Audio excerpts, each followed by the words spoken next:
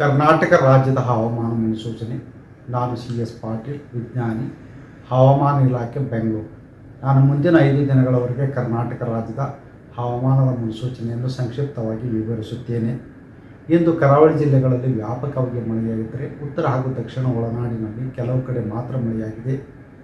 ಪ್ರಮುಖವಾಗಿ ಭಾಗಮಂಡಲ, ಕೊಡಗು ಜಿಲ್ಲೆಯಲ್ಲಿ 19 ಸೆಂಟಿಮೀಟರ್ ಮಳೆಯಾಗಿದೆ. ಗೆರಸೊಪ್ಪ ಉತ್ತರ ಕನ್ನಡ ಜಿಲ್ಲೆಯಲ್ಲಿ 17 ಸೆಂಟಿಮೀಟರ್, ಆಗುಂಬೆ ಶಿವಮೊಗ್ಗ ಜಿಲ್ಲೆಯಲ್ಲಿ 14 ಸೆಂಟಿಮೀಟರ್, ಸಿದ್ದಾಪುರ ಉಡುಪಿ ಜಿಲ್ಲೆಯಲ್ಲಿ 13 ಸೆಂಟಿಮೀಟರ್ ಮಳೆಯಾಗಿದೆ. ಈಗಿರುವ ಹವಾಮಾನದ ಸಿನಾಪ್ಟಿಕ್ ಸ್ಥಿತಿ ಏನೆಂದರೆ, ಕರ್ನಾಟಕ ರಾಜ್ಯಾದ್ಯಂತ ಪಶ್ಚಿಮ ದಿಕ್ಕಿನಿಂದ ಬಲವಾದ ಗಾಳಿ ಬೀಸುವುದರ ಹಿನ್ನೆಲೆಯಲ್ಲಿ ಕರಾವಳಿ ಜಿಲ್ಲೆಗಳಲ್ಲಿ ಜೂನ್ 17ರಿಂದ ಜೂನ್ 21ರವರೆಗೆ ವ್ಯಾಪಕವಾಗಿ ಮಳೆಯಾಗುವ ಹೆಚ್ಚಿನ ಸಾಧ್ಯತೆ ಇದ್ದು, ಉತ್ತರ ಹಾಗೂ ದಕ್ಷಿಣ ಒಳನಾಡಿನಲ್ಲಿ ಜೂನ್ 17ರಿಂದ ಜೂನ್ 21ರವರೆಗೆ ಕೆಲವು ಕಡೆ ಮಾತ್ರ ಮಳೆಯಾಗುವ ಹೆಚ್ಚಿನ ಸಾಧ್ಯತೆ ಇದೆ. ಉತ್ತರ ಕನ್ನಡ, ಉಡುಪಿ, ದಕ್ಷಿಣ ಕನ್ನಡ, ಶಿವಮೊಗ್ಗ, ಚಿಕ್ಕಮಗಳೂರು ಹಾಗೂ ಕೊಡಗು ಜಿಲ್ಲೆಗಳ ಕೆಲವು ಕಡೆ ಭಾರೀ ಹಾಗೂ ಅತಿ ಭಾರೀ ಮಳೆಯಾಗುವ ಸಾಧ್ಯತೆ ಇದ್ದು, ಜೂನ್ 17ರಂದು ಈ ಜಿಲ್ಲೆಗಳಿಗೆ ಆರೆಂಜ್ ಅಲರ್ಟನ್ನು, ಜೂನ್ 18 ಹಾಗೂ 19ರಂದು ಈ ಜಿಲ್ಲೆಗಳಿಗೆ ಯೆಲ್ಲೋ ಅಲರ್ಟನ್ನು ಕೊಡಲಾಗಿದೆ. ಕರ್ನಾಟಕ ರಾಜ್ಯಾದ್ಯಂತ ಜೂನ್ 18ರಿಂದ ಮಳೆಯ ವಿಂಗಡಣೆ ಹಾಗೂ ತೀವ್ರತೆ ಕಡಿಮೆಯಾಗುವ ಹೆಚ್ಚಿನ ಸಾಧ್ಯತೆ ಇದೆ. ಬೆಂಗಳೂರಿನ ಕೆಲವು ಕಡೆ ಜೂನ್ 17 ಹಾಗೂ 18ರಂದು ಕೆಲವು ಕಡೆ ಹಗುರದಿಂದ ಸಾಧಾರಣವಾಗಿ ಮಳೆಯಾಗುವ ಹೆಚ್ಚಿನ ಸಾಧ್ಯತೆ ಇದೆ. ಕರ್ನಾಟಕ ರಾಜ್ಯದ ಹವಾಮಾನ ಮುನ್ಸೂಚನೆ.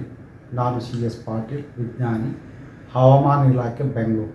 ನಾನು ಮುಂದಿನ 5 ದಿನಗಳವರೆಗೆ ಕರ್ನಾಟಕ ರಾಜ್ಯದ ಹವಾಮಾನದ ಮುನ್ಸೂಚನೆಯನ್ನು ಸಂಕ್ಷಿಪ್ತವಾಗಿ ವಿವರಿಸುತ್ತೇನೆ. ಇಂದು ಕರಾವಳಿ ಜಿಲ್ಲೆಗಳಲ್ಲಿ ವ್ಯಾಪಕವಾಗಿ ಮಳೆಯಾಗಿದ್ದರೆ ಉತ್ತರ ಹಾಗೂ ದಕ್ಷಿಣ ಒಳನಾಡಿನಲ್ಲಿ ಕೆಲವು ಕಡೆ ಮಾತ್ರ ಮಳೆಯಾಗಿದೆ.